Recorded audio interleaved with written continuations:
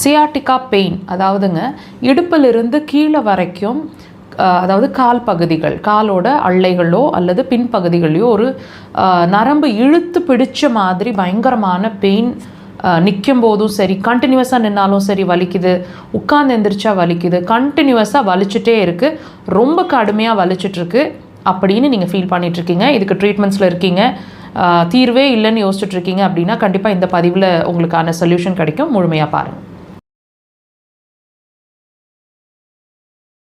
இந்த சியாட்டிகா பெயினால் ரொம்ப நாளாக சஃபர் ஆகிட்ருக்கீங்க, மாத்திரைகளில் மருந்துகளில் இருக்கீங்க, மருந்து எடுக்கிற வரைக்கும் அந்த வலி இல்லாமல் தெரியுது, மருந்துலேருந்து வெளியே வந்தாலோ அல்லது மருந்து சாப்பிட மறந்துட்டாலோ தீர்ந்துட்டாலோ வலி பயங்கரமாக இருக்குது, நடக்க முடியல, உட்கார முடியல, ரொம்ப அவஸ்தையாக இருக்குது, இந்த மாதிரி ஃபீல் பண்ணிகிட்ருக்கீங்க.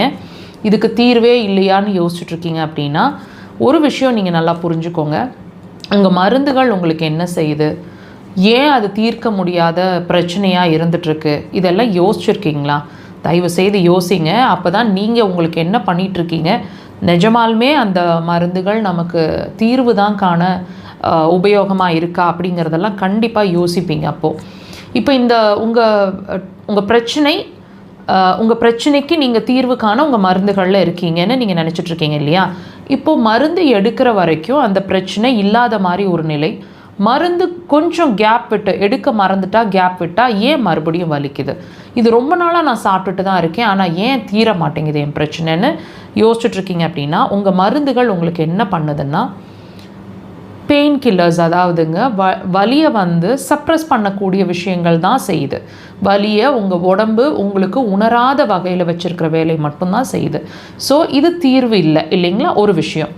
ஏன் அதை தீர்க்க முடியல, ஏன் நம்ம கண்ட்ரோலிங்லேயே இருக்கிறோன்னு யோசிச்சுருக்கீங்களா? அடுத்த கேள்வி. யோசிச்சிங்கன்னா மட்டும்தான் உங்களுக்கான சொல்யூஷன் கிடைக்கும். ஸோ யோசிக்க ஆரம்பிங்க.